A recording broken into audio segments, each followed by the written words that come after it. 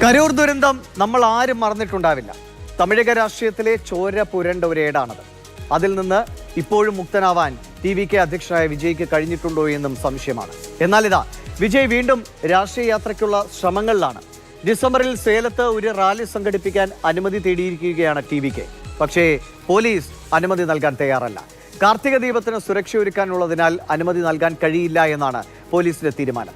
കരൂർ ദുരന്തത്തിന് പിന്നാലെ പൊതുസമ്മേളനങ്ങൾ സംഘടിപ്പിക്കുന്നതിൽ മാനദണ്ഡം തയ്യാറാക്കാൻ കോടതി സർക്കാരിന് നിർദ്ദേശം നൽകിയിരുന്നു. അതുടൻ പുറത്തിറങ്ങാനിരിക്കെയാണ് TVK വീണ്ടും ചില റാലികളുമായി സജീവമാകാനുള്ള ശ്രമം നടത്തിയത്. പക്ഷേ അത് തുടക്കത്തിലെ പാളുകയാണ്. KB ശ്രീധരൻ പറയും എന്താണ് സംഭവിക്കുന്നത്.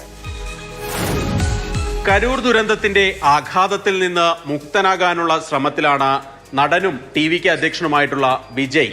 ഏതായാലും നിർത്തിവെച്ച ദുരന്തത്തെ തുടർന്ന് നിർത്തിവെച്ച സംസ്ഥാന പര്യടനം പുനരാരംഭിക്കുകയാണെന്ന് TVK വ്യക്തമാക്കിയിട്ടുണ്ട്.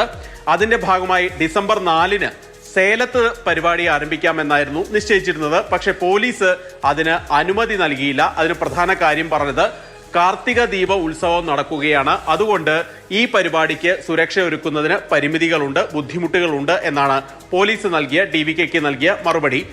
ബുധൻ ശനി ദിവസങ്ങളിൽ സംസ്ഥാന പര്യടന പരിപാടികൾ നടത്താമെന്നുള്ളതാണ് നിലവിൽ TVKയുടെ തീരുമാനമുള്ളത്. അതിനുവേണ്ടി പരമാവധി സുരക്ഷ, അതായത് കരൂരിനും അതിനു മുൻപും നടന്ന സമ്മേളനങ്ങൾ പോലെയല്ല, കൃത്യമായിട്ട് ചട്ടക്കൂടുകളിൽ നിയന്ത്രണത്തോടുകൂടി ഈ പരിപാടി നടത്താനുള്ള ഒരു കമ്മിറ്റി, 20-അംഗ കമ്മിറ്റിയൊക്കെ നേരത്തെ TVK നിശ്ചയിച്ചിരുന്നു. ഏതായാലും അതിന്റെ നേതൃത്വത്തിലായിരിക്കും പരിപാടികൾ നടക്കുക. ഏതായാലും ഇപ്പോൾ എടുക്കേണ്ട അല്ലെങ്കിൽ ശ്രദ്ധിക്കേണ്ട ഒരു കാര്യം, തമിഴ്നാട് സർക്കാരിനോട് മദ്രാസ് ഹൈക്കോടതി ഇത്തരം സമ്മേളനങ്ങൾക്ക് വേണ്ടി പൊതുമാനദണ്ഡങ്ങൾ ഉണ്ടാക്കണം എന്ന് ആവശ്യപ്പെട്ടിരുന്നു. അതിന്റെ അടിസ്ഥാനത്തിൽ ഒരു സർവകക്ഷി യോഗമൊക്കെ തമിഴ്നാട്ടിൽ ചേർന്നിരുന്നു. ഇതും പ്രകാരം ആ മാനദണ്ഡങ്ങൾ നിലവിൽ ഉടൻ വരുമെന്ന ആ ഒരു അവസ്ഥയിലാണ് ഇപ്പോൾ വിജയ് വീണ്ടും സംസ്ഥാന പര്യടനം പുനരാരംഭിക്കുന്നത്. ഈ വിജയെപ്പോലുള്ളൊരു നടൻ ജനങ്ങളിലേക്ക് ഇറങ്ങുമ്പോൾ ഈ മാനദണ്ഡങ്ങൾ എത്രത്തോളം പാലിക്കാനാകും എന്നുള്ളത് കണ്ടറിയണം. കരൂരിൽ നമ്മൾ അതൊരു ദുരന്തത്തിന്റെ പേരിൽ കണ്ടു, അതിനു മുൻപ് തിരുച്ചിറപ്പള്ളിയിലൊക്കെ കണ്ടതാണ്. ഏതായാലും വിജയ് ഈ നിയമസഭാ തെരഞ്ഞെടുപ്പ് പ്രചാരണത്തിലേക്ക് കൂടുതൽ ചടുലയോടെ ഇറങ്ങാനുള്ള ഒരു ശ്രമം തന്നെയാണ് ഇപ്പോൾ നടത്തിക്കൊണ്ടിരിക്കുന്നത്.